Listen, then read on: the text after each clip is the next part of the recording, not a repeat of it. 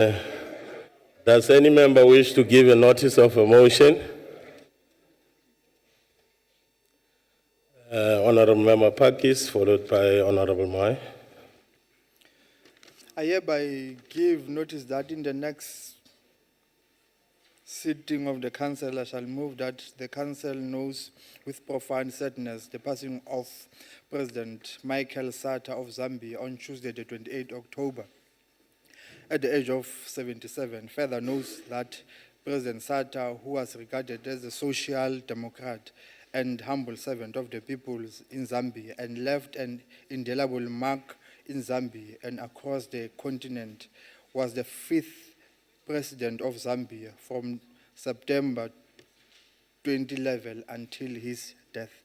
Takes this opportunity to convey his profound sadness to the people of Zambia and wish them strength in the difficult time. I so move.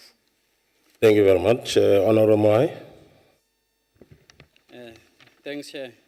I hereby give notice that in the next sitting of the council, I shall move that the council notes with utmost concern the letter written by DAMP and Western Cape Provincial Whip, Kathleen Labuscan, questioning, and that the Chief Whip of the Council, Dr.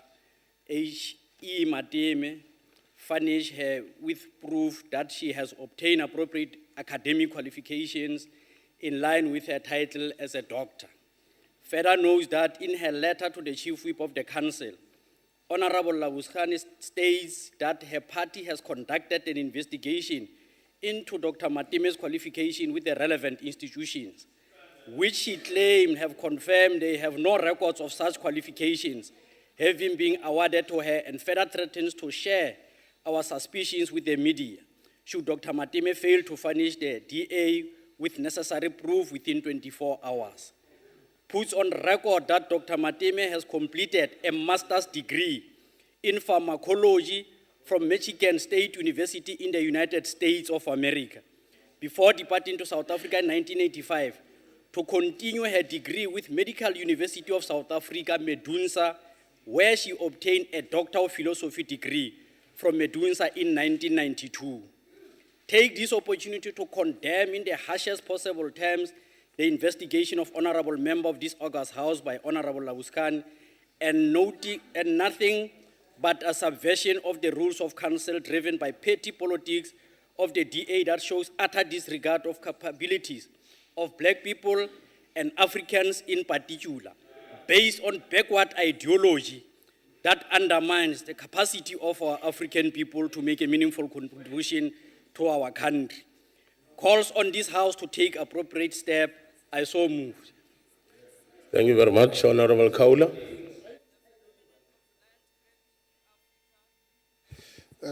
Thanks, Honorable Chairperson. I hereby give notice that on behalf of Inkatha Freedom Party, at the next sitting of this House, I shall move that the House notes that on Monday, 27 October 2014, 688,660 grade 12 class of 2014 began their final exams. We note this marks the end of a 12-year-long journey. We applaud the good and hard work of all the teachers and their support staff that have guided the class of 2014 to their exams. We call upon all South Africans to rally in support of the class of 2014 during this all-important period of their education calendar. We wish the class of 2014 well for their exams, and may all their hard work pay off positively. I so move, Slal. Thank you very much. Honorable Isaac. Thank you, Chairperson. Chairperson, on behalf of the Democratic Alliance, I hereby wish to move a notice of a motion that at the next sitting, the Council takes note that Mpumalanga municipalities are under threat as a second municipal building has been burnt in less than a month amidst allegations of ANC infighting, bad service delivery, and angry residents. The most recent incident was the destruction of the mayor and speaker's office in Tabacho municipality, which was set alight. The residents of Tabacheu have been frustrated with the lack of service delivery and political infighting. The DA strongly condemns the use of any violence or destruction of property, such as what has taken place in Lekwa and now Tabacheu. This municipality has had no less than 5 municipal managers within the last 2 years. Violent protest and the destruction of property has never changed a government or bettered service delivery. In conclusion, it is said that the residents and taxpayers of this municipality will now have to pay to rebuild these buildings. I so move.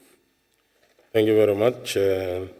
Therefore, we shall proceed to notices without motion. This list. Okay.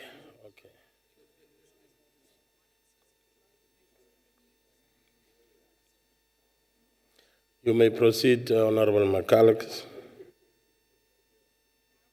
Thank you, Honourable Deputy Chairperson. Honourable Deputy Chairperson, on behalf of the Democratic Alliance, I hereby wish to move a motion without notice that the Council notes the sad passing of Judge Hannes Fagan, retired Western Cape Deputy Judge President. A former UCT and Oxford graduate, he began practicing as an advocate in 1952 and was appointed to the bench in 1977. Judge Fagan will be remembered as a principled and devoted jurist who specifically made a great impact on our correctional services through his role as inspecting judge of prisons.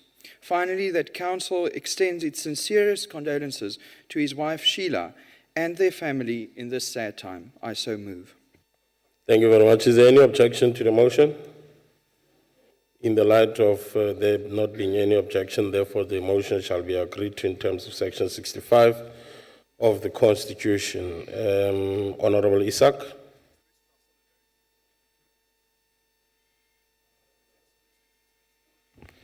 Honourable Chairperson, thank you again for the opportunity. On behalf of the Democratic Alliance, I hereby wish to move a motion without notice that Council takes note, or rather this House takes note. The government's annual management performance assessment tool, that is the MPAT, has once again released their results, which annually measures the performance of each national and provincial department. Honourable Chair, it is extremely disappointing to note that Mpumalanga province has dropped by 5 positions from position number 2 to position number 7. This dismal performance of our province cannot be ignored, and the DA would like to urge this government to start taking issues of governance, financial management, and accountability seriously. This decline is embarrassing, to say the least. It is shocking. Chairperson, for as long as the ANC does not have the political will to take action against individuals in Mpumalanga government that are only concerned with filling their own pockets and not serving the people, municipalities in this province will continue getting disclaimer after disclaimer. Mpumalanga will continue to drop until it is number last, just like the Northwest province now. Chairperson, this is definitely not a good story to tell. I so move. Thank you very much. Is there any objection to the motion? In the light of the objection, therefore, the motion shall read as a notice of a motion. Honourable Smith. Honourable Chairperson, on behalf of the Democratic Alliance, I hereby wish to move a motion without notice that the Council notes. The community of Motshekga local municipality marched to the offices of the Municipal Council on Wednesday, the 22nd of October 2014, because of a water crisis and failures in service delivery. The proper notice were given to all the relevant stakeholders, including the mayor and the acting municipal manager, to receive the memorandum, as well as the petition signed by approximately 3,000 members of the community. That both the mayor and the acting municipal manager of Motshekga totally disregarded the seriousness of the crisis of the municipality and disrespected the community of Motshekga, to whom they are accountable to, by running away and refusing to receive the memorandum. that this council condemns the behavior of both the mayor and the municipal manager and demand a written explanation on why they conducted themselves in such a way. I so move. Is there any objection to the motion? In the light of the objection, therefore, the motion shall be treated as a notice of a motion. Honorable Zwane.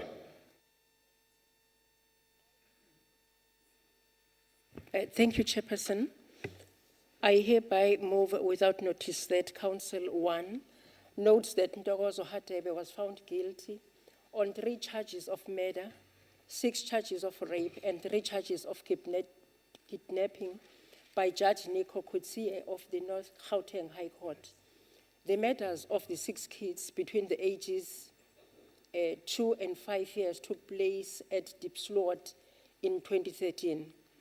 2, Council therefore welcomes the conviction of 9 life sentences for the 3 murder charges and 6 rape counts, and 15 years of the 3 kidnapping charges, and hopes that it will serve as a deterrent to those who are involved in these terrible acts of abusing and violently raping defenseless women and children. 3, Council further notes the positive role played by the community in assisting the police in identifying and finally arresting the culprit and ensuring that he is removed from society.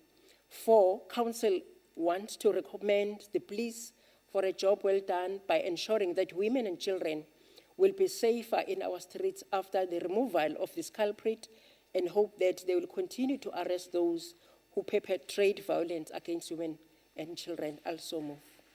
Is there any objection to the motion? In the light of there not being any objection, therefore the motion is agreed to in terms of Section 65 of the Constitution. Honorable Labuskachen. Thank you, Chair. I hereby move on behalf of the Democratic Alliance that this House notes with concern the deeply disturbing findings of the Auditor General's report that irregular state expenditure increased from 26 million in 2012 to 62 billion in 2013. Further, Trust notes that despite numerous public statements and announcements by the President, Cabinet Ministers and the ANC leadership to fight corruption and financial mismanagement, the Auditor General's report shows that these were hollow statements and the ANC is either unwilling or unable to control irregular state expenditure. Agrees that the financial mismanagement of public funds is an insult to South Africans, all of whom contribute to the fiscus through taxes and who trust the government to spend this money wisely for the benefit of all South Africans, especially those who are most in need, and agrees that this situation is made worse by the fact that the perpetrators are not held accountable for irregular expenditure and few, if any, ever face the consequences of their crimes. Is there any objection to the motion? In the light of an objection, therefore, the motion shall be treated as a notice of a motion. Honorable Groenewald. Thank you, Honorable Chairperson. Honorable Chairperson, on behalf of the Democratic Alliance, I hereby wish to move a motion without notice that Council notes it is with great shock and deep sorrow that South Africa has lost Mobulani Molutsi, a great athlete, and Senzo Mayewe, one of the best young footballers and captain of Bafana Bafana and Orlando Pirates, whose lives have been taken away at the prime of their careers.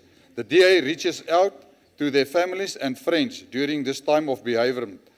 May their souls rest in peace. I so move. Is there any objection to the motion? In the light of there being no objection, therefore the motion shall be agreed to in terms of Section 65 of the Constitution. Honorable Mhlanga, did I have you? Did you raise your hand? Oh, okay, sorry. Are you withdrawing now? All right. Honorable Teb. Thank you, Chair. I hereby move without notice that the Council notes the shooting of the ANC MP, Honorable Jackson Mthembu, while he was drawing money at the ATM on Mandela Street in Witbank, which is in Mpumalanga, on October 19th, which was Sunday. Further, the Council must note that 4 suspects have since been arrested and that Honorable Mthembu was discharged from hospital yesterday, which was Wednesday, the 29th of October 2014. and further call upon the council to take this opportunity to condemn in the harshest possible terms the senseless crime and wishes Honorable Mthembu a speedy recovery. I so move, Chair. Thank you very much. Is there any objection to the motion? The motion shall therefore be agreed to in terms of Section 65 of the Constitution. I heard Honorable Chetty. Are you still? Thank you, Chairperson.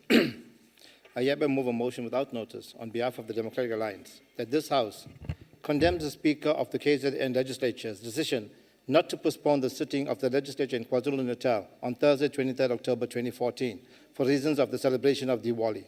Notes that the Speaker's decision was made despite timely requests made by the DA in the Chief Whip's Forum of the legislature requesting that the sitting be postponed. Agrees that the Speaker's actions contradicted her message of goodwill to the Hindu community in the province. Agrees that the Speaker's actions show a deep disrespect for the religious and cultural practices of the Hindu community in KZN, as well as the many Hindu MPLs and staff members of the KZN legislature. And finally agrees that this action by the Speaker runs contrary to the South African principles of religious and cultural equality espoused by our Constitution. I so move. Thank you. Is there any objection to the motion? In the light of an objection, therefore, the notice without a motion shall be a notice of a motion. Honorable Matile.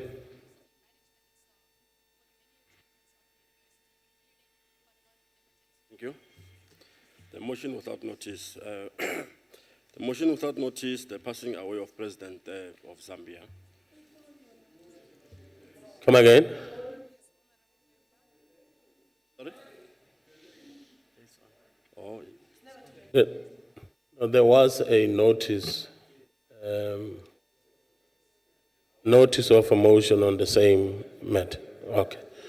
No, thank you very much. Chair. The House, it will also be advisable that members should maintain the discipline by arriving early in the House so that we don't go back. Well, that was a word of caution. I take it. All right. Honorable Mahai, you'll be the last one. Chair, on behalf of the ANC, I move that the House notes the 97th anniversary of Oliver Reginald Tambo, the president of the ANC since 1969 to 1991. Oliver Tambo belonged to the generation of those who gave South Africa its humanity.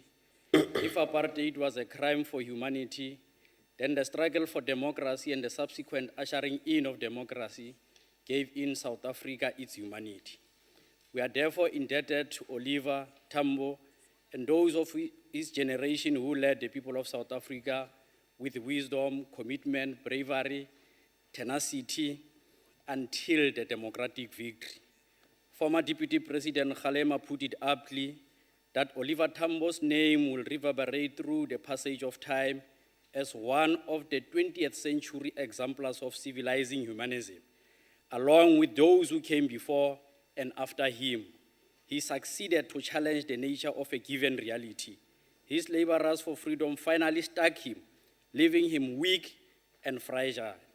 The only way of keeping Oliver Reginald Tambo alive is to sustain the momentum of a democratic victory towards full emancipation to radical economic transformation. I so move. Thank you very much. Is there any objection to the motion? Therefore, the motion shall be agreed to in terms of Section 65 of the Constitution. Honorable members, that was the last motion. We shall therefore proceed with the business of the House. And in so doing, we now come to the motion by the Chief Whip. Honorable Chief Whip. Chair of the Council, Deputy Chair, thank you very, very much. I move that the Council amends the motion regarding the designation of members to the Magistrates Commission adopted by the House on 24th June 2014 by replacing Mr. Moses Titus Mhlanga with Mr. Simpiwe George Mtimunye as permanent member and designate Mr. Lito Suka as an alternate member in accordance with Section 3, Subsection 2 of the Magistrates Act 1993, Act number 90 of 1993. I move accordingly, Chair. Thank you. Thank you very much. As there is no speakers list, I shall now put the question, and the question is that the motion be agreed to. In accordance with Rule 71, I shall first ascertain whether I shall first give provinces an opportunity to make a declaration of vote if they so wish. Is there any province that wishes to make a declaration of vote?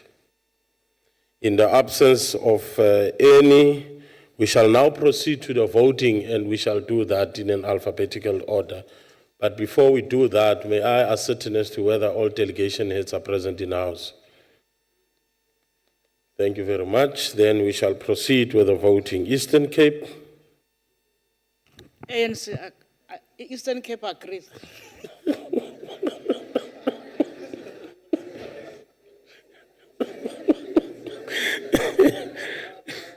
That was an interesting one. Free State. Free State agrees. Gauteng. Gauteng ya dumela. KwaZulu Natal. KwaZulu Natal yasekela sihlalo. Limpopo. Re dumela re sa lebelele morago. Mpumalanga. Mpumalanga yasekela sihlalo. Northern Cape. Northern Cape agrees, Chair. Thanks. Northwest. We are agreeing with the Eastern Cape, Chair. You are agreeing on? Agree, Chair. Oh. Western Cape. Agree. All 9 provinces voted in favor. I therefore declare the motion as agreed to in terms of section 31A5 of the Magistrates Act of 1993. Honorable members, I have received a request that the Minister of Basic Education would like to make a statement on eradicating access teachers and filling teacher vacancies on time, strategies to address teacher vacancies and access teachers in our schools. Therefore, on behalf of the Chair of the Council, I shall call on the Deputy Minister of Basic Education to make a statement.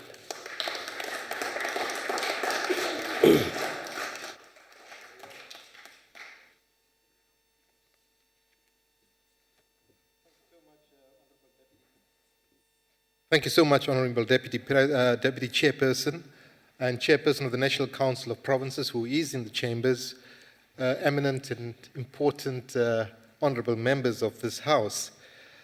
I am glad and I'm certainly grateful for the opportunity to address you on this very, very important issue. It is important in the context of the fact that this month we have dedicated to our educators, given the critical role that they play in the provision of quality education. And I'm so glad and heartened by the fact that we are able to reflect on the enormous contribution of Honorable Reginald Tambo, the longest-serving president of the African National Congress, who was, amongst other things, a teacher by profession. Perhaps to share the information with the honorable members is that Honorable Reginald Tambo was a very distinguished student or learner at school, and when he had to go to university, he chose to do Bachelor of Science degrees. And he chose mathematics and science as his majors, and he was asked, why do you choose such difficult subjects as a major for your Bachelor of Science degrees? And he responded that if at all I was to not do it, it would always be in the psyche of the black people that mathematics and science is beyond their grasp. And indeed, he did so, and he succeeded with distinction, and then served as an educator in mathematics and science. So in the context of the statement that we make, we do certainly reflect on his enormous contribution, not only politically in terms of the achievement of our freedom and our democracy, but also as a serving educator who contributed so purposefully and meaningfully to the development of our people. Honorable Chairperson, Deputy Chairperson, this matter of access teachers is a huge, huge challenge that we face in the country. I think honorable members are aware of the fact that more than 80% on average of the budget allocated to education is spent on personnel. And what certainly makes the problem more difficult, given the fact that we have to try to reduce the expenditure on personnel, is that in provinces, especially the Eastern Cape, KwaZulu-Natal, Limpopo, the spectacle of additional teachers confronts departments. Now, I'm going to try to speak to this matter in a very, very ordinary way so that we can share our understanding of this very, very complex matter. The law requires that a declaration should be made on the post-provisioning of educators. And this is informed by the budget that is allocated to a provincial department. So, firstly, the post-declaration is related directly to the provision of resources that are available for a province. Secondly, the announcement is to be made in terms of regulation annually by September. And it occurs as a result or after consultation with the labor union representatives, or all unions, as well as governing body associations where such exists in a particular province. That means there must be a consultative process in relation to this particular area. Now, the challenges and the realities that provincial departments face is that you have a principle and a commitment in terms of our constitution and in terms of our policy and in terms of our aspiration to ensure that no school is without an educator. And you have realities amongst which are the following: huge migration of learners from rural schools to urban schools, from one province to the other province.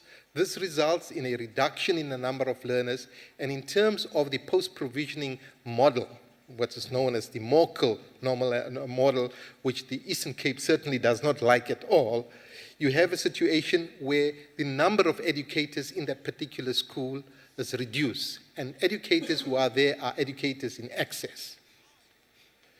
Now the question that arises is, what do you do with those excess or additional educators in a school where the numbers have been reduced? Where do you transfer them? How do you transfer them? What process do you follow? Do we have the collaboration and cooperation of the educators or the unions that represent the educators? How do we retain those skills in deep rural areas? And what is the role of governing bodies in ensuring that we are able to ensure that we provide educators who are in access with an opportunity to be placed in appropriate schools? So that's one reality. The other reality is where there are additional or surplus educators, do those surplus or additional educators have the appropriate skills and competencies to be able to teach in another school where they are deployed? In other words, are they appropriately qualified in the subject that they are expected to teach? The third challenge that we face is, do governing bodies make it easier to receive those educators, or do they become gatekeepers that prevent the appointment of these additional educators to the schools by ensuring that they retain the temporary educators and do not recommend the appointment of those educators who are now additional to the staff complement? And wherever you go across the country, and it's certainly more pronounced in certain provinces than in others, you would find that governing bodies, in many instances, play a very negative role in terms of ensuring that they prevent additional educators from assuming positions in schools because they have temporary educators whom they wish to make permanent and whom they wish to retain. Now, unless we have, so that's the one phenomenon. The other phenomenon is you might have unions who would argue that it's unfair and unreasonable to redeploy, as it were, an educator to another school because of distance, because of family commitments, and because of personal commitments. So there isn't that support that you get from the unions representing the educators. The third reality is the reluctance, and on many occasions, of the educators themselves to move to another post. So they become additional, they become double-parked, and the consequences of that is the following: that the Department of Education is now obliged to pay for that additional educator and a temporary educator in a school where that educator could be deployed. So they're paying twice for a position. And what that does is it makes the budget very bloated, and more costs and more money is spent on additional educators rather than reducing the cost of education. That means that provinces then have lesser resources for learner-teacher resource material, for the environment itself, for furniture, for a range of things, your libraries, your laboratories, etc., etc. And unless we deal with this matter, we're not going to succeed. However, the good news is that the heads of department, as a result of an engagement and a directive and an instruction from the Council of Education Ministers, that is where the minister, the deputy minister, and all 9 MECs get together and reflect on challenges that we face in education as a whole, had asked or requested or directed the heads of department to reflect on this matter and look at a way in which we could resolve it. Now, they've created a framework, and it's not a legal or binding framework, but the framework is, in my opinion, a very rational and reasonably constructed framework. They say that, for one, we should look at the post-provisioning norms announcement every 3 years rather than annually. And we should link the announcement to the medium-term expenditure framework so that we have certainty in terms of the budget that is allocated. That would also mean that we do not have to consult with all the unions and all the stakeholders on an annual basis, given the complex nature of this particular exercise. A wonderful suggestion, and some provinces have indeed agreed with the unions to go that way there. However, they do not wish to be so limited or inflexible. It might well occur that a province is adequately geared to be able to deal with the matter on a year-to-year basis, in which event they would say, please, if you have the capacity to do so, continue in that vein because you are doing it well. So it does not distract or detract from the efficiencies that certain provinces might have in relation to this. The second reality is they said that we should basically agree on a process. And the process would be the following. I'm trying to simplify a very, very complex matter so that it is within the grasp and understanding. It took me some time, even as a Deputy Minister of Education, to understand these complexities, is to say, let's agree on a sequencing. Again, not inflexible, again, not rigid. But the sequencing would be as follows. If there is a vacancy, the vacancy should be first filled by an appropriately qualified additional teacher. So if there is a teacher who is in addition, who is surplus, that teacher would occupy that position provided that she or he is appropriately qualified in that particular area. Once those positions are filled, and this occurs not through an open vacancy list, but through a closed vacancy list, we then go to the Funza Lushaka graduates and the bursars. Provinces basically allocate bursaries to many learners for purposes of ensuring that they are able to provide services to the school, especially in the scarce skill areas of mathematics, science, and the languages. Now, if we don't fill those vacancies, the difficulty would be that you have temporary teachers filling those vacancies and people who have graduated at universities with the appropriate and competent skills, who are young, willing, and certainly aspiring to contribute to the education sector, who are kept out of the system. So what happens then is they go to private schools rather than serving our public institutions.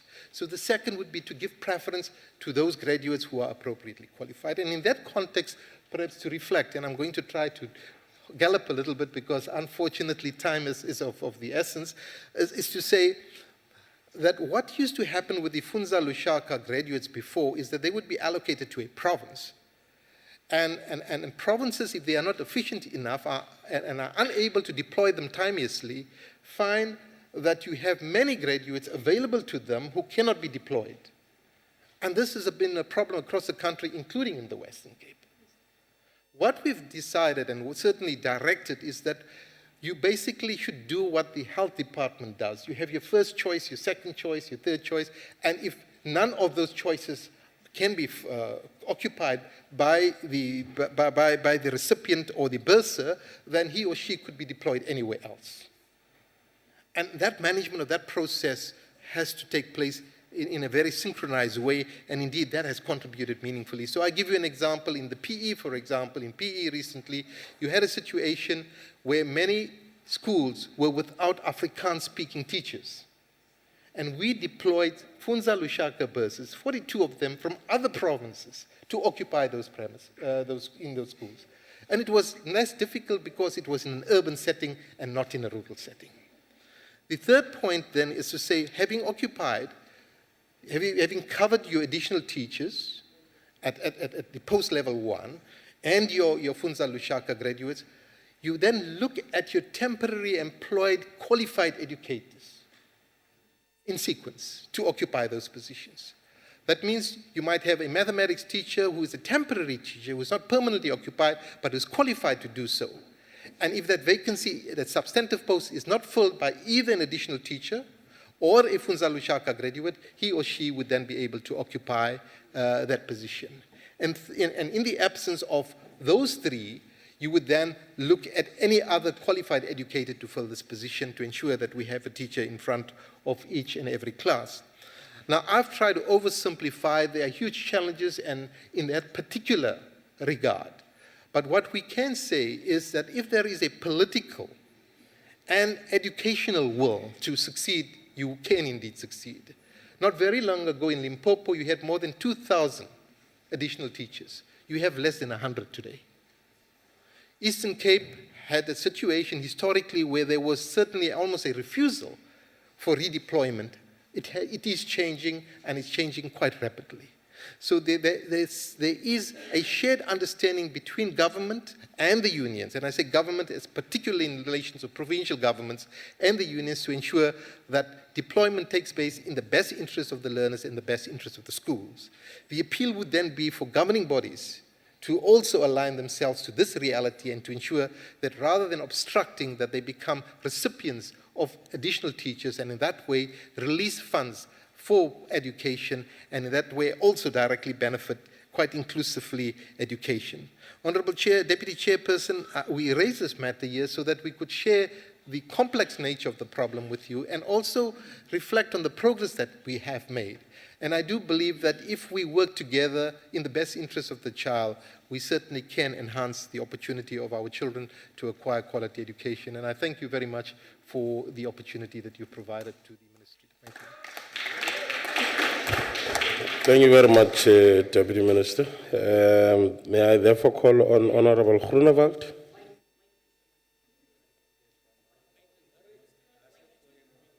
Thank you, Honourable Chairperson, Honourable Deputy Minister, Honourable members of the NCOP and audience. As the DA, we respect the Department's intention to address the issue of teacher vacancies, and I thank the Honourable Deputy Minister for taking the time to present the Department's strategies to the NCOP today. And we know that the Honourable Deputy Minister have a passion for education, and therefore we thank him for that as well. Whilst we share the Department's intention to make a success of education in South Africa, we are deeply concerned that while we and government talk about plans year after year goes by for another generation of South Africa's children who are losing out of their future because of government delays, incapacity and corruption at provincial level. It is therefore a pity that the provincial education MECs were not requested to attend today's session, as they are the ones who will be responsible for putting the department strategies into action. In KwaZulu-Natal, for example, there are reports of more than 200,000 ghost learners enrolled in schools across the province. In Limpopo, 6 education department officials were arrested for allegedly creating ghost teachers and now face charges of fraud, corruption and theft. Urgent attention must be given to filling not only teachers' positions but also leadership positions in schools. Principal positions are reportedly being sold for tens of thousands of rand, and in even more shocking report. Honorable, just hold it, Honorable Groenewald. You know, I've been obstructed consistently by Honorable Mtile. May you just settle down, Chief? Please, man. May you continue with the debate.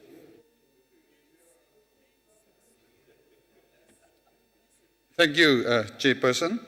An even more shocking report. A Johannesburg teacher claimed that the union secretary had used her for sex in exchange for ensuring that she would be given a school principal post. Even just from human resources perspective, how is the department incentivizing teachers to teach schools in rural areas and remote villages, where oftentimes the school building is the only government infrastructure to be seen for miles? Honourable Chairperson, let us be abundantly clear. What we were discussing here today is not merely education. This is the foundation of South Africa's future, and to ensure the prosperous future, it is our duty to ensure that its teachers are able, qualified, and present a classroom across South Africa. The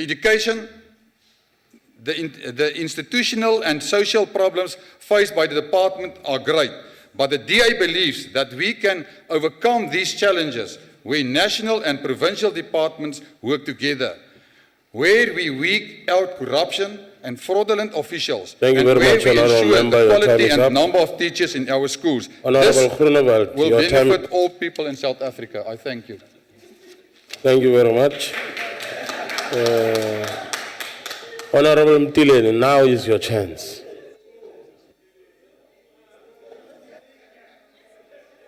And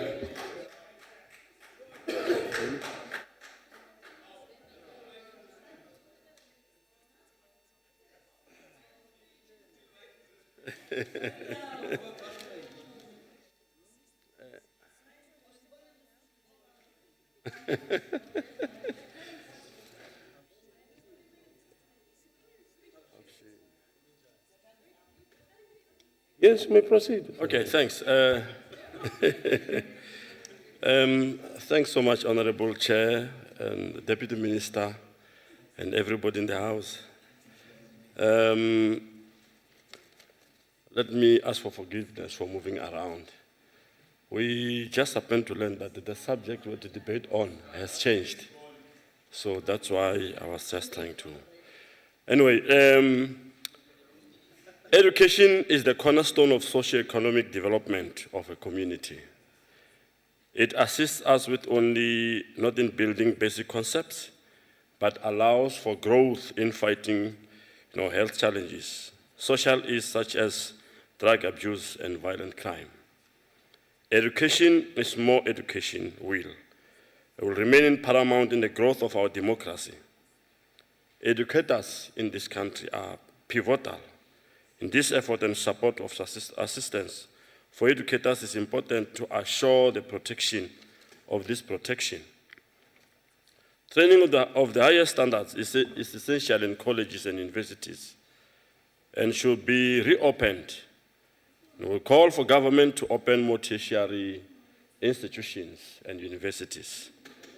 And this should be encouraged in all the provinces.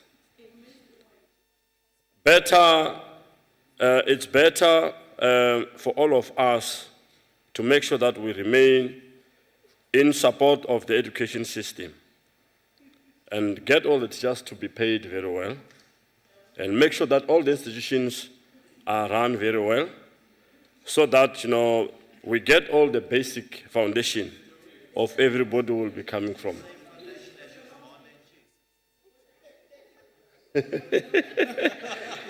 And then better salaries will remain important, Chair, not only in this sector, but across society as a means to encourage people in the community to make sure that they take education seriously. In as much as we acknowledge the complex nature of the problem, this is also contributed by the maladministration in most of the institutions and in this government. Let us make sure that we encourage all the communities to take education seriously. I thank you, Chair. No, thank you very much, Honorable Mtileni. On the point?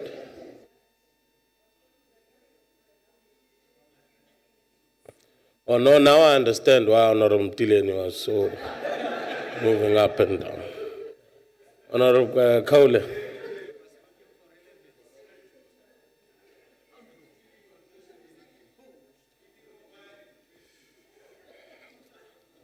Thank you, Honorable Chairperson, Honorable Deputy Minister. Thank you very much for the briefing, Honorable Deputy Minister. You indeed are correct when you are saying that you have oversimplified the problem because there is more to it than what you have just given us. But I also understand the pressure of time. There are also other issues that I would like to add to the causes that you have tabulated. There is, Honorable Deputy Minister, the big issue of favoritism. It is favoritism by the unions, it is favoritism by the SGPs, it is the favoritism by the local people. Everybody has got their own preferences, and that results into a big problem. There is also, number two, the issue of the union influence, which I also want to touch upon. Unions don't just go to the interviews as observers. They go there to spoon feed those who are the panels as to what to do. That has got to be corrected. People must play their roles accordingly in the process of the interviews. There is also, Deputy Minister, the issue of who has the final say. It's a big problem. There was a time when the SGPs believed that they had a final say into who is getting employed. And you have now systematically removed that, and you have given it over, that responsibility, to the districts. At the same time, the SGPs are believing that they are the ones who appoint teachers. And that is an issue which is going to take time to correct on the ground because it's happening, it's alive. There is that conflict of roles. Therefore, coming to your solution, your proposed solution to the problem, rationalization caused a lot of problems, like you're saying, of migration, of learners, of teachers, and etc. But post-provisioning done every 3 years is a problem on its own because teachers are not going to stop dying just because they are waiting for a post-provisioning over 3 years.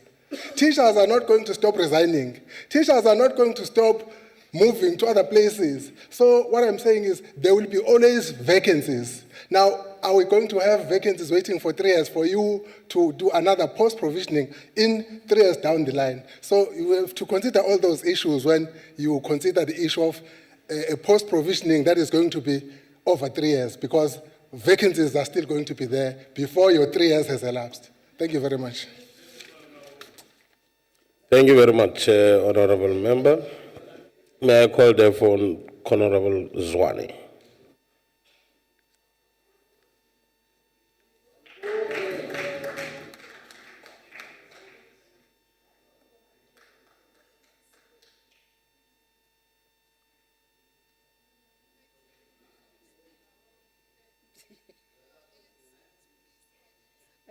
Thank you, Chairperson. Honorable Deputy Minister, thank you for finding it important to come to the House and clarify the issues that we are engaging with.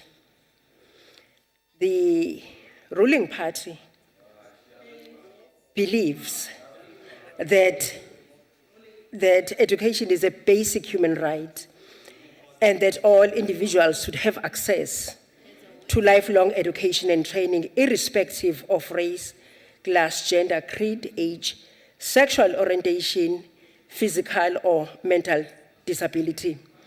It is from this background that the ANC-led government is working diligently to ensure that in all the 25,720 schools with 12.5 learners, effective teaching and learning is happening.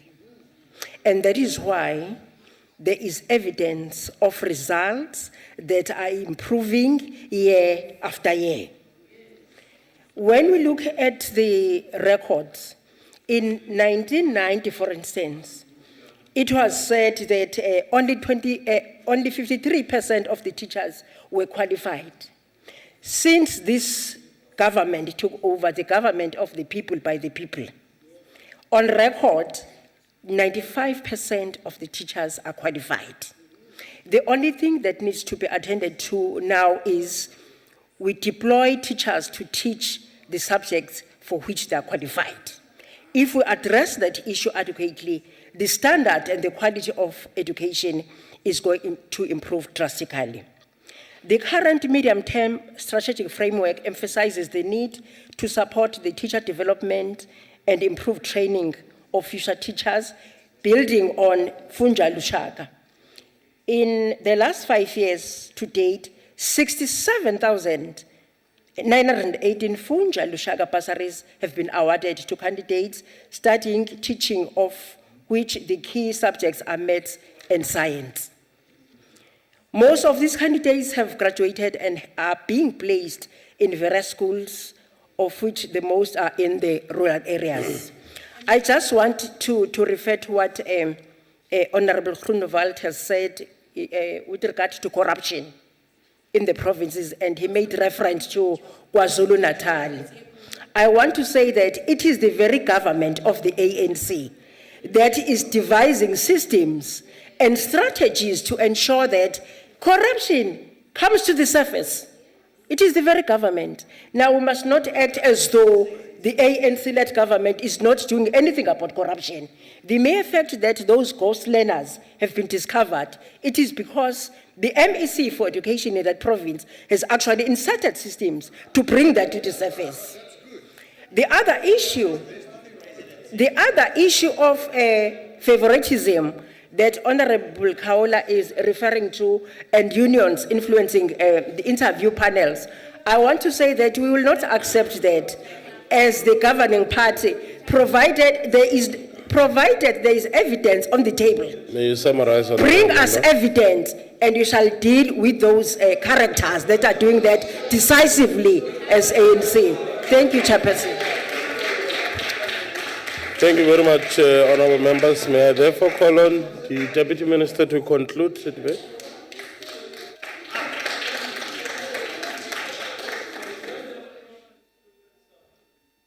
Thank you very much, Honourable Deputy Chairperson, and thank you to all the esteemed members for their contributions.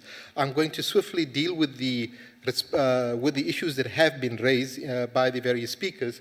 Honourable Groenewald, thank you very much for raising these matters. Perhaps you could take heart in the fact that the Minister has already established a special commission to investigate corruption in terms of the procurement of posts by any union or any influence that might be exerted in that particular process.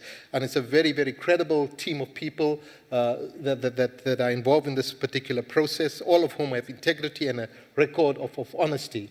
And I do believe that they will do some very good work in terms of ensuring that we deal with this matter in a very, very vigorous way. I think we cannot, under any circumstances, tolerate corruption.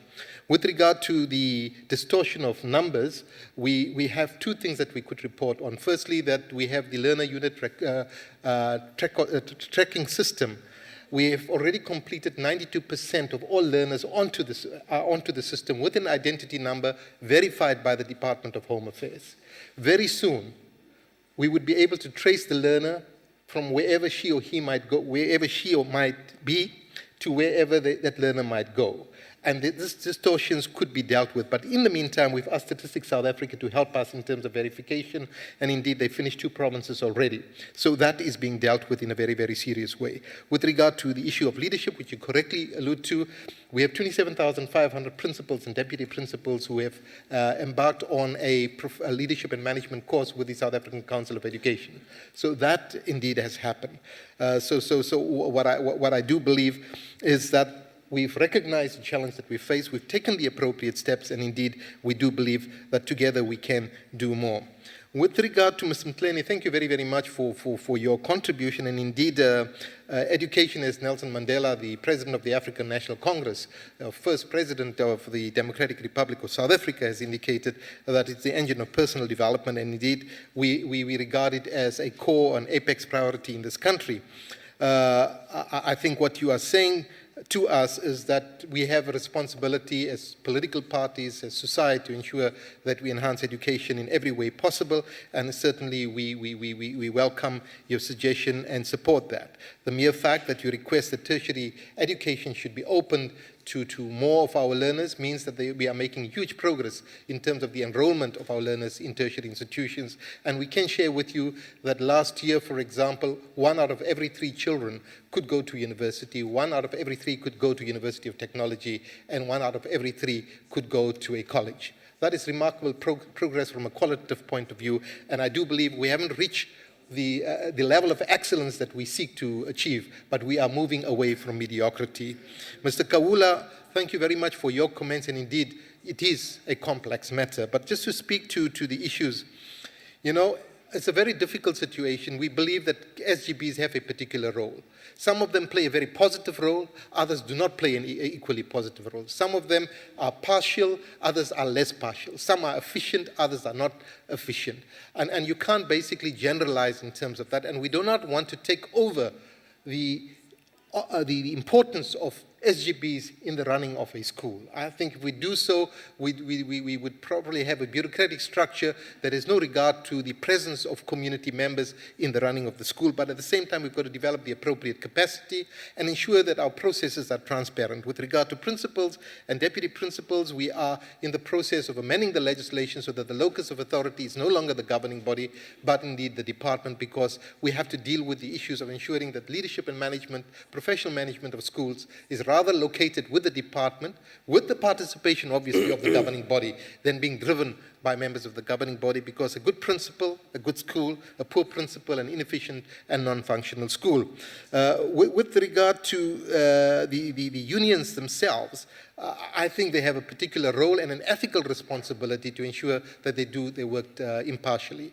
I would certainly ask the members, wherever you come across undue influence by any union member in that particular process, please, as the Honorable Zwane had said, bring it to our attention so that we could deal with it swiftly. We're not going to condone it. We cannot condone it. With regard to the vacancies itself, it doesn't mean that if you're going to agree on a multi-term or 3-year period, that you're not going to have vacancies advertised. You are going to have them advertised because you have to fill substantive posts.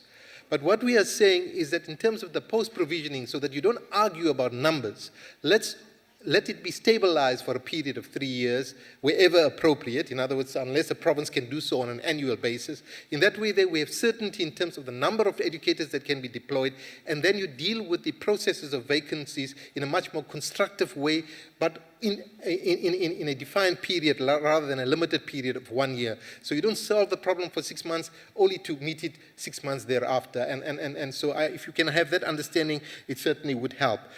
With regard to the final comments by the Honorable Zwane, I just want to share with you that certainly we can celebrate the fact that endorse the fact that 95% of our teachers are educated, but I think we've got to go beyond that. Teaching, the demands of teaching are quite incredible in a rapidly changing environment, and teachers have to be reskilled. We've already established 40 state-of-the-art teacher development centers in the country. We are busy with another 100, and by the end of the financial year, we hope to have 140 countrywide, where teacher development can take place in terms of content, knowledge, and pedagogy, right at the doorstep of where the teachers are. I think that's a huge stride forward. It would also enhance the ability of educators to be able to infuse or integrate ICT into the curriculum, and provides an opportunity of community practice where teachers could amongst themselves in a defined location agree to empower each other. And it's unbelievable how peer learning could contribute positively to that. With regard to your point of profiles, and I think it's an important point, Honorable Zwane, it's important that we do so, and already we've started on an assessment, in fact an audit of teacher profiles, so that the teacher's skills can match the position that he or she has. So if you are qualified in mathematics, you teach mathematics, you don't go and teach isiZulu or history. And that would certainly help. But lastly, to say to you, for the first time, we basically decentralize this process to the extent that circuits and districts are beginning to play a far important role in the deployment of educators where vacancies occur. And they do so in consultation with principals. That is the process that has been suggested by the heads of department. And I think in doing that, we certainly can move much quicker, because every year, for the past 5 years, every quarter for the past 5 years, the minister, the deputy minister, the heads of the senior management of the Department of Basic Education meets with all district directors in the country, including district directors from the Western Cape, to say, let us together look at the generic problems that we face. how can we solve them, and how can we empower each other in terms of the solution. So we take best practice from wherever it comes and basically develop collectively as one system of education for the benefit of one nation of learners. I thank you so much for this wonderful opportunity. Thank you very much, Deputy Minister.